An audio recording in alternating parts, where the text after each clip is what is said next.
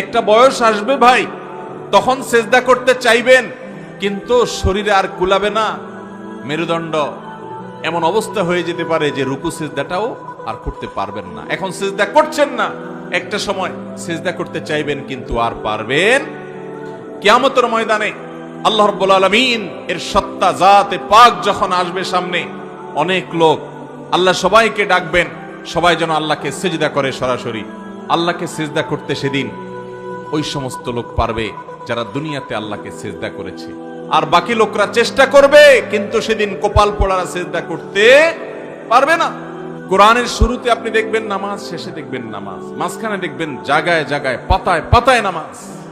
নবী করিম সাল্লাল্লাহু আলাইহি সাল্লামের জীবনের শুরুর দিকের নির্দেশ দেখবেন নামাজ, একেবারে জীবনের শেষ মুহূর্তের নির্দেশ হলো কি নামাজ। ভাইরা আমার, এই জন্য কোরআনে হাকিমে আল্লাহ রাব্বুল আলামিন বলেছেন হাফিজু আলাস সালাওয়াত। ঈমানদারদেরকে আমাদের মালিক, আমাদের রব নির্দেশ করছেন, তোমরা 5 ওয়াক্ত নামাজের প্রতি যত্নবান হবে, যত্নশীল হবে, ঠিকমতো আদায় করবে। ওয়াসসালাতিল উসতা, বিশেষ করে স্পেশাল ভাবে মধ্যম যে নামাজ আছে, মুফাসসির উলামায়ে কেরাম বেশিরভাগ বলেছেন আসরের নামাজের কথা বলা হয়েছে এখানে, যে এই নামাজের প্রতি বিশেষভাবে যত্নশীল হবে। অনেক উলামায়ে কেরাম অন্য নামাজের কথাও বলেছেন। ফজরের নামাজের কথা বিশেষভাবে নবী সাল্লাল্লাহু আলাইহি ওয়াসাল্লাম বিভিন্ন হাদিসে গুরুত্ব আরোপ করেছেন। নামাজ তো অনেকেই পড়ে, দেখবেন ফজরের সময় আসতে পারে। নবী সাল্লাল্লাহু আলাইহি ওয়াসাল্লাম বলেছেন মুনাফিক এবং মুসলমান এই দুইজনের মধ্যে একটা পার্থক্য আছে। অনেক পার্থক্যের মধ্যে একটা পার্থক্য হলো ফজর এবং আসর, এই 2 ওয়াক্ত নামাজ ইমানদারের জন্য পড়া অনেক সহজ হয়। যার অন্তরের মধ্যে নেফাকি আছে, কপটতা আছে, ইমান নিয়ে সন্দেহ সংশয় আছে, দুর্বলতা আছে, ওই কপাল পড়া হতভাগার জন্য ফজর পড়াটা কষ্ট হয়ে যায়, অর্থাৎ সে ফজর পড়তে পারে না। ভাইরা আমার, আমরা প্রত্যেকে যদি নিজের অবস্থানকে এই প্যারামিটার দিয়ে মাপার চেষ্টা করি, তাহলে দেখতে পাবো আমাদের ইমানের অবস্থা কোন জায়গায়। 5 ওয়াক্ত নামাজের নির্দেশ এত গুরুত্বপূর্ণ, বারবার করে আল্লাহ তাআলা স্মরণ করিয়েছেন, তার রাসূল সাল্লাল্লাহু আলাইহি ওয়াসাল্লাম স্মরণ করিয়েছেন, জীবনের শেষ মুহূর্তে স্মরণ করাচ্ছেন। কারণ এই নামাজ ছাড়া আখিরাতে একটা কদম আমরা সামনে আগাতে পারবো। প্রতিটা কদমে এই নামাজের প্রভাব আমাদের থাকবে। চেহারার উজ্জ্বলতা থাকবে ওযুর কারণে, সিজদার অঙ্গগুলো আলোকিত থাকবে সালাতের কারণে। আপনার আখিরাতের জীবনে ভয়ঙ্কর পরিস্থিতির সামনে দুনিয়ার কোন মাস্তানি, সরদারি, টাকা পয়সা, প্রভাব, প্রতিপত্তি, শিক্ষা দীক্ষা কোনো কিছু যখন কাজে লাগবে না, এই সালাত আপনার জীবনে অনেক বড় ভূমিকা রাখবে। সেজন্যই আহকামুল হাকিমিন, তিনি জানেন, তিনি গায়েবের মালিক, তিনি বারবার করে সালাত আদায় করতে বলেছেন। নবী করিম সাল্লাল্লাহু আলাইহি সাল্লামকে আল্লাহ মেরাজে নিয়ে দেখিয়েছেন নামাজ না পড়লে তার পরিণাম কি হয়, নামাজি ব্যক্তির তার পুরস্কার কি হয়।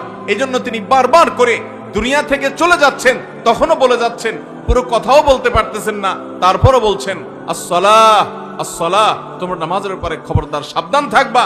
কারণ তিনি জানেন এর ভয়াবহতা কি। আল্লাহ রাব্বুল আলামিন তাকে দেখিয়েছেন যে পাথরের উপর মাথা রেখে আঘাত করা হচ্ছে কোন এক জাহান্নামীকে। জিজ্ঞাসা করলেন এর অপরাধ কি? বলা হলো, হে আল্লাহর রাসূল, এর অপরাধ হলো সে ফরজ নামাজ না পড়ে ঘুমিয়ে থাকতো, অলসতা করত, অবহেলা করত, ওয়াক্তকে ওয়াক্ত ফরজ নামাজ চলে গেছে, তার বুক কাঁপে নাই, সে নামকে ওয়াস্তে মুসলমান ছিল। এই জন্য জটিল এবং কঠিন শাস্তি তাকে দেওয়া হচ্ছে। নবী সাল্লাল্লাহু আলাইহি সাল্লাম সেজন্য বলেছেন আউয়ালু মা ইউহাসাবু বিহিল আবদু ইয়াউমাল কিয়ামাতি আস-সালাহ। ও মুসলমান, তোমার মৃত্যুর পর তোমার রবের সামনে তোমাকে দাঁড়াতে হবে, কিয়ামতের ময়দানে একত্র হতে হবে।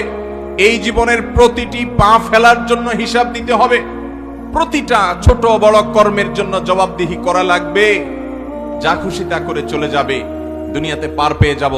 তুমি মনে করছো কেউ তো বাধা দিচ্ছে না, কই নামাজ না পড়লেও তো কোনো অসুবিধা হচ্ছে না, কই কোনো খারাপ কাজ করলেও তো পার পাওয়া যাচ্ছে, ফাঁকি ঝুঁকি দেওয়া যাচ্ছে, মানুষের চোখে ধুলি দেওয়া যাচ্ছে। ও মুসলমান, আরশে আজিমের মালিকের কাছে সব রেকর্ড হচ্ছে, একটা একটা করে, একটা সুতা পরিমাণ কাজও যদি থাকে, পাই পাই করে ফামাই ইয়ামাল মিসকালা যাররাতিন শাররান ইয়ারা, বিন্দু পরিমাণ জাররা পরিমাণও যদি কোনো খারাপ কাজ করেন তার পরিণাম আপনাকে ভোগ করতেই হবে, করতেই হবে, করতেই হবে। অতএব ভাইরা আমার, যারা নিজেদেরকে মুসলমান দাবি করেন, যারা কিয়ামতের ময়দানে দাঁড়াতে হবে আখিরাতের প্রতি ঈমান রাখেন, যারা জান্নাত জাহান্নামের প্রতি বিশ্বাস রাখেন, তারা শুনে রাখেন নবীজি সাল্লাল্লাহু আলাইহি সাল্লাম বলেছেন, আউয়ালু মা ইউহাসাবু বিহিল আবদু ইয়াউমাল কিয়ামাহ, কিয়ামতের দিন বান্দার সর্বপ্রথম যেই আমলের হিসাব চাওয়া হবে সেটা হলো as-সালাহ, নামাজ। তোমার জীবনে নামাজের অবস্থা কি? আগে নামাজের ঘাটতি হলো। প্রাপ্তবয়স্ক হওয়া থেকে নিয়ে মৃত্যু পর্যন্ত নামাজ সব ওয়াক্ত পড়েছো কিনা? পড়লে সেখানে মনোযোগ, ধীরস্থিরতা ঠিকঠাক মতো কতটুকু ছিল, এর হিসাব নিকাশ দাও। তোমার নামাজের কোয়ালিটি কি ছিল? যে ব্যক্তির নামাজের হিসাব মোটামুটি ঠিকঠাক মতো সে দিতে পারবে, ফাকাদ আফলাহা ওয়া আনজাহ, নবীজি বলেছেন সে ব্যক্তি সফল হবে, সাকসেস হবে, সামনের বাকি সব তার সহজ হয়ে যাবে। আর যে ব্যক্তির নামাজের হিসাবে ঘাপলা ধরা পড়বে, ভেজাল ধরা পড়বে, ফাকাদ খাবা ওয়া খাসির, এই কপাল পোড়া ধরা পড়ে যাবে, এই লুজার হয়ে যাবে, ক্ষতিগ্রস্ত হবে, সামনে আর সে এগোতে পারবে না। ও ভাই আমার, এই নামাজ আমরা যদি পড়ি আমাদের আল্লাহর কোনো লাভ নাই, নবীজিরও কোনো লাভ।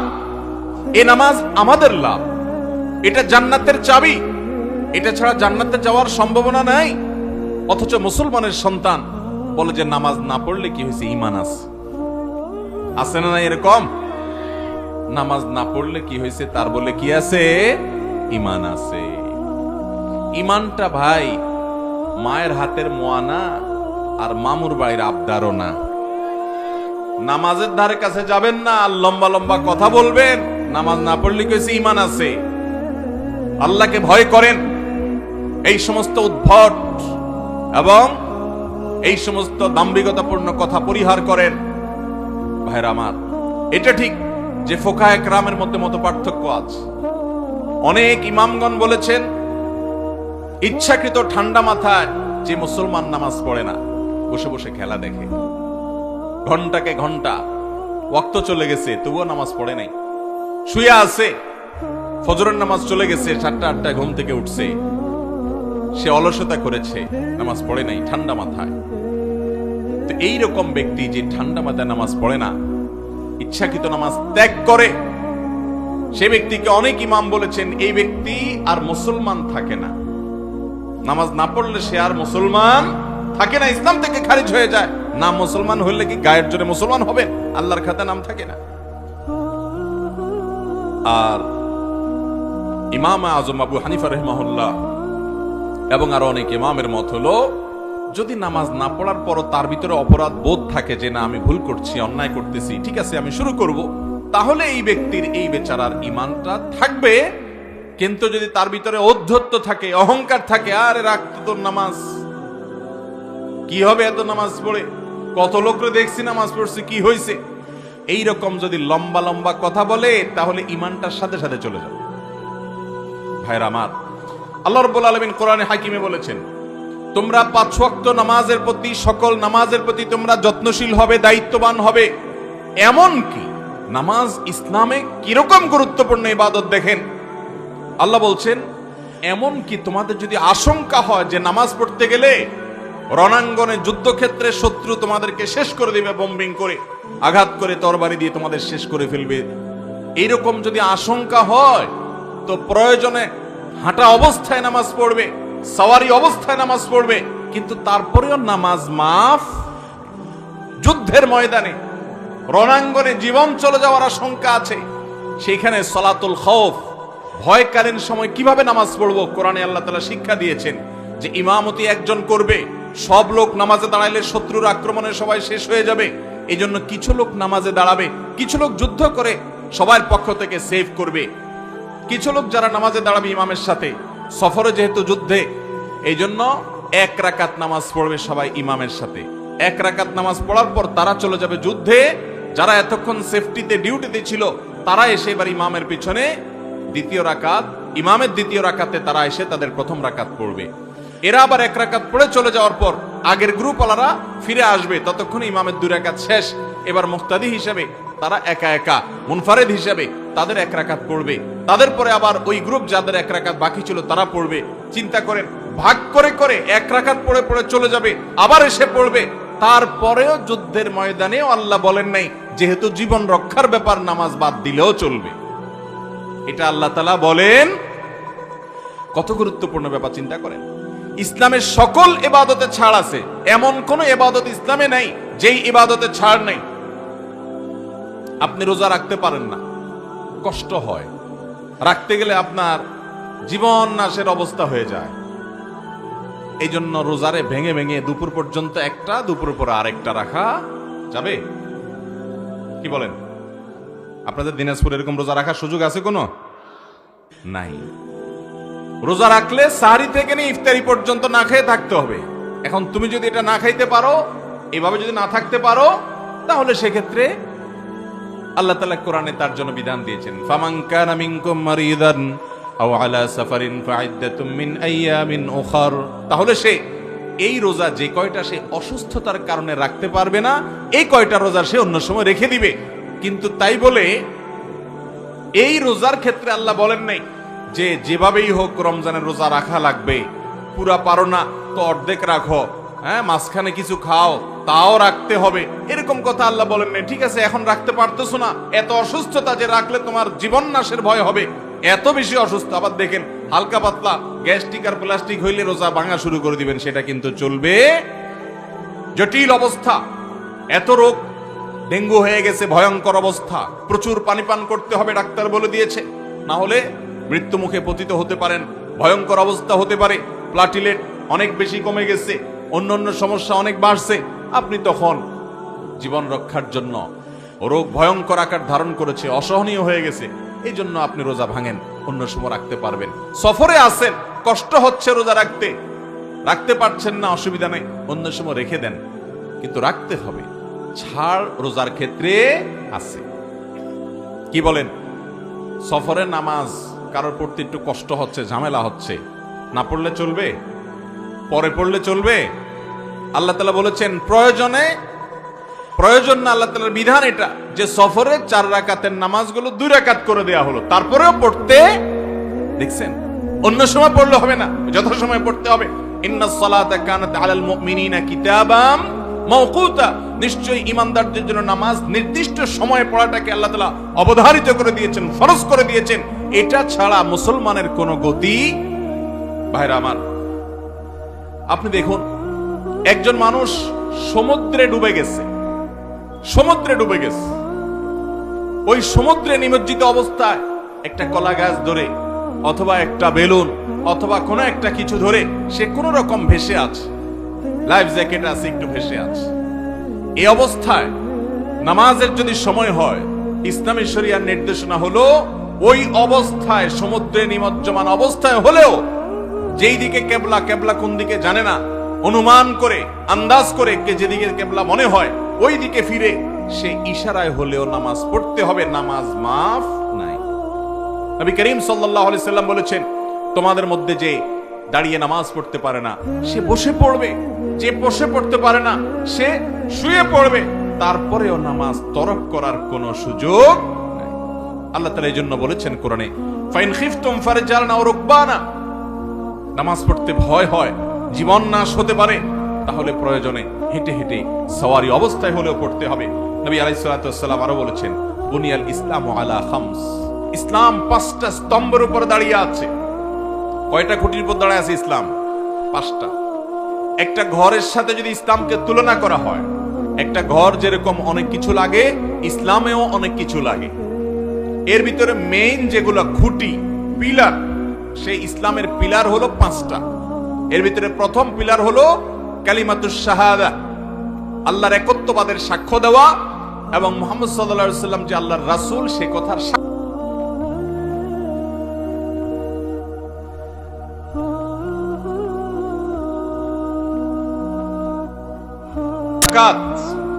4 নম্বর খুঁটি হলো রোজা রমজান মাসের, আর 5 নম্বর খুঁটি হলো বাইতুল্লাহর হজ করা। তাহলে 5 খুঁটির ভিতরে ইমানের পরে সবচেয়ে ভালো কাজ হলো নামাজ। নামাজের চাইতে গুরুত্বপূর্ণ কোনো কাজ ইমানদারের কাছে আর হতে পারে না।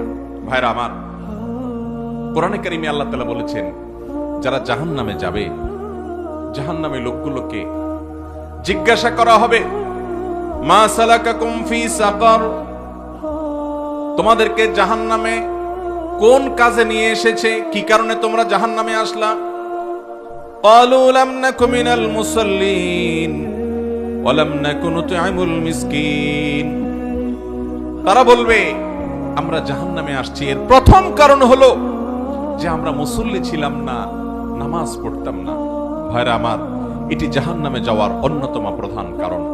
খলিফাতুল মুসলিমিন ওমর ফারুক রাদিয়াল্লাহু তাআলা আনহু বলেছেন, লা হাজ্জা ফিল ইসলাম লিমান তারাকাস সালাহ, যে ব্যক্তি নামাজ ত্যাগ করে ইসলামে তার কোনো অংশ নাই, কোনো হিস্সা নাই। ও মুসলমান, আর যা করেন না করেন, 5 ওয়াক্ত নামাজ আপনি ছাড়তে পারেন না।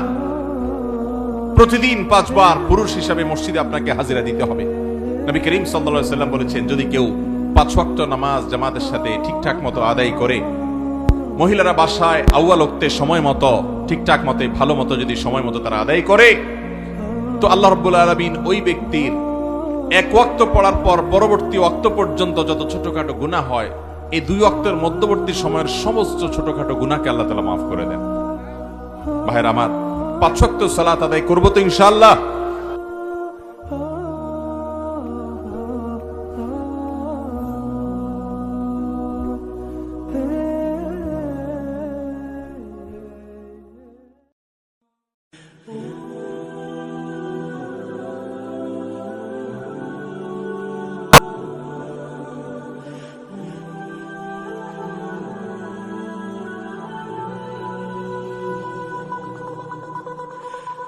কিন্তু শরীরে আর কুলাবে না, মেরুদণ্ড এমন অবস্থা হয়ে যেতে পারে যে রুকু সিজদাটাও আর করতে পারবেন না। এখন সিজদা করছেন না, একটা সময় সিজদা করতে চাইবেন কিন্তু আর পারবেন। কিয়ামতের ময়দানে আল্লাহ রাব্বুল আলামিন এর সত্তা জাতে পাক যখন আসবে সামনে, অনেক লোক, আল্লাহ সবাইকে ডাকবেন, সবাই যেন আল্লাহকে সিজদা করে সরাসরি। আল্লাহকে সিজদা করতে সেদিন ওই সমস্ত লোক পারবে যারা দুনিয়াতে আল্লাহকে সিজদা করেছে, আর বাকি লোকরা চেষ্টা করবে কিন্তু সেদিন কপাল পোড়ারা সিজদা করতে পারবে না। ও ভাই আমার, সময় থাকতে আসুন আমরা সংশোধন হই, তওবায়ে নাসুহা করি। আমাদের 5 ওয়াক্ত নামাজ আমাদের আখিরাতকে সুন্দর করবে, আমাদের দুনিয়াকে সুন্দর করবে, আমাদের জীবনে বরকত দিবে, আমাদের সর্বদিক থেকে কল্যাণ এনে দিবে। 5 ওয়াক্ত নামাজ পড়া ছাড়া মুসলমানিত্বের দাবি করা এটা তার সাজে না। অতএব 5 ওয়াক্ত নামাজ পড়বো তো ইনশাআল্লাহ। আজকের এই মজলিসে, আজকের এই মাহফিলে আপনারা যদি 10-20 জন 50 জন মানুষও যদি মনে মনে নিয়ত করেন যে আমি আজ থেকে আর নামাজ ছাড়বো না, আমার জীবনে নাকের ডগায় নিঃশ্বাস যতদিন থাকবে, আমার জীবন চলে যাবে, সব চলে যেতে পারে, আমি নামাজ ছাড়বো না।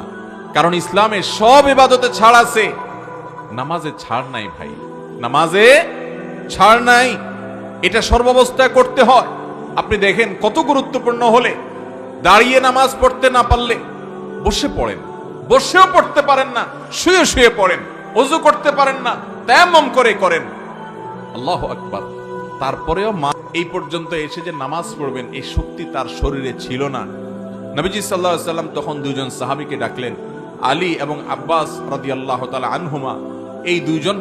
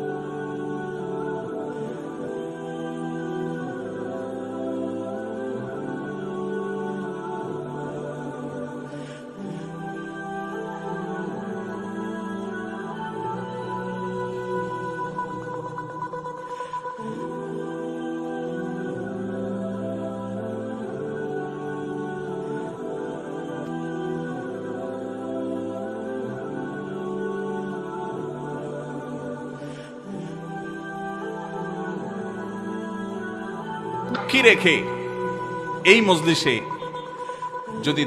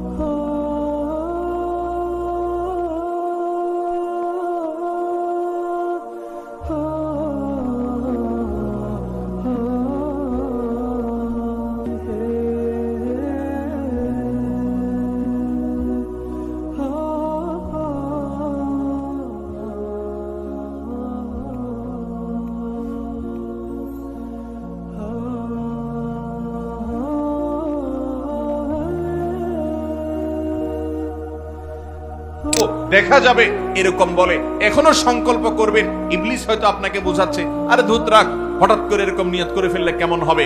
নিয়ত করার পরে আবার কয়দিন পরে বলবে আরে নিয়ত করছিস তো কি হয়েছে। এই ইবলিসের সঙ্গে সংগ্রাম করে যারা লড়াই করে জিততে পারবে, যারা নিজের প্রতিজ্ঞাকে ঠিক রাখতে পারবে,